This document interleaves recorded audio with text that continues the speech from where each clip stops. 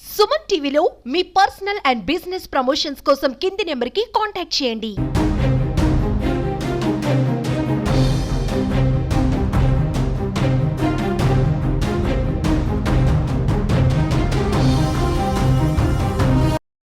వైకుంఠ ఏకాదశి టోకన్ల జారీ కేంద్రాల వద్ద జరిగినటువంటి తొక్కిసలాటకు సంబంధించి ఇప్పటికే నలుగురు చనిపోయినట్టు అఫీషియల్ గా ధృవీకరించారు. దాంతోపాటు కూడా చాలా మంది ఇప్పటివరకే తీవ్ర గాయాలైనట్టు తెలుస్తుంది. అయితే దానికి సంబంధించినటువంటి బంధువులు ఇక్కడ ఉన్నారు, వాళ్ళతో మాట్లాడదాం. సార్, ఎక్కడి నుంచి వచ్చారు, ఎంతమంది వచ్చారు?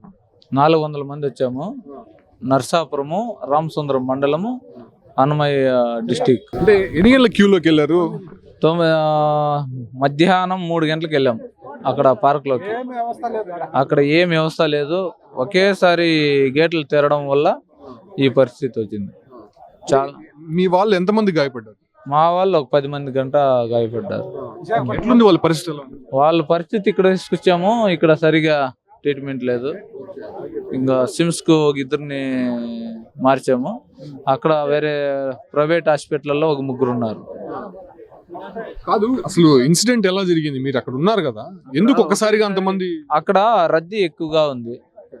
అక్కడ గేట్లు తెరడం వల్ల వాళ్ళు పోలీసు వాళ్ళు కూడా పెద్దగా ఏం పట్టించుకోలేదు. అక్కడ వేసి నూకడము ఇట్లా కింద మీద పడి ఇట్లా అయింది. అక్కడే ఒక వేరే వాళ్ళు ఒక 5 మంది గంట అక్కడే ప్రాణాలు వదిలేశారు. ఎంతమంది చనిపోయారు? అక్కడ నేనైతే ఒక 4గురిని చూశాను. పక్కకి ఎత్తి పెట్టేశారు వాళ్ళని. ఇప్పుడు పడిపోయారు కదా, వెంటనే అంబులెన్స్ లో కానీ వాళ్ళని తరలించే ప్రయత్నం చేశారు. మళ్ళీ ఇంకా లేట్గా వచ్చా. ఆ తర్వాత వీళ్ళు పోలీసు వాళ్ళు ముందుగానే బందోబస్తు చేసి క్యూగా వదిలింటే వాళ్ళకి ఏ ప్రాణం హాని జరుగుతూ ఉండలేదు. ఈ పరిస్థితి వల్ల ఇట్లా అయింది అంతే. సో అధికారులు వచ్చి మాట్లాడారా? వాళ్ళకి ఏమైనా మెరుగైన వైద్యం అందించి ఇట్లా అవుతా ఉంటే అధికారులు ఏం చూడం కదండి సార్. వాళ్ళు ఎవరు ఏమి ఎట్లా ఎవరు ఏడున్నారో తెలియదు. మబ్బు ఆ పరిస్థితి వల్ల ఇట్లా అయింది. చూస్తున్నాం, ఏదైతే తొక్కిసలాట్లో గాయపడినటువంటి వాళ్ళ బంధువులకు సంబంధించినటువంటి వీళ్ళు హాస్పిటల్ వద్ద ఆర్తనాదాలు వినిపిస్తున్నాయి. చాలా మంది కూడా చనిపోయినట్టు ధృవీకరించారు. అయితే ఇప్పటివరకు అఫీషియల్ గా ఎంతమంది చనిపోయారనే విషయాలపైన తెలియట్లేదు. సో ఏం జరిగిందన్న, మీరు అక్కడ ఉన్నారు కదా? ఆడ ఒకేసారి 5,000 మందిని ఒకేసారి పోతుంది. దానివల్ల అందరూ ఒకేసారి పట్టుబడి చచ్చిపోయారు. అదే ప్రాబ్లం. అందువల్లనే అంతమంది చచ్చేదానికి కారణం. అంటే అక్కడ పడిపోయారు కదా, వెంటనే హాస్పిటల్కి తీసుకొచ్చారు. 108 ఎవరు రాలే, అంతా చచ్చిపోయినాక మళ్ళా వచ్చారు. మళ్ళీ మేమే ప్రైవేట్గా వచ్చాము. ఆటోలలో అంతా ప్రతి ఒక్క హాస్పిటల్లో ఉన్నారు. ప్రైవేట్ గవర్నమెంట్ అనకుండా అన్ని హాస్పిటల్లో ఉన్నారు.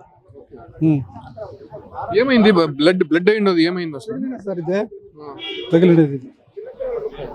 ప్రత్యక్షంగా గాయాలైనటువంటి వారిని చూస్తూ ఉన్నాము. చాలా మంది కూడా ఇబ్బందులు ఎదుర్కొన్నట్టయితే తెలుస్తోంది.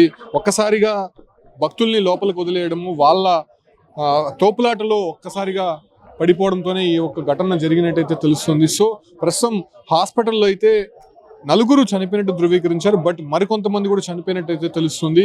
అయితే చాలా మంది ఇంజూర్ అయినటువంటి నేపథ్యంలోనే కొంతమంది రుయా హాస్పిటల్లో, అదే రకంగా స్విమ్స్ హాస్పిటల్లో, మరికొంతమంది వాళ్ళే స్వతహాగా ప్రైవేట్ హాస్పిటల్లోకి వెళ్ళి చికిత్స తీసుకుంటున్నటువంటి పరిస్థితి అయితే తిరుపతిలో కనిపిస్తుంది.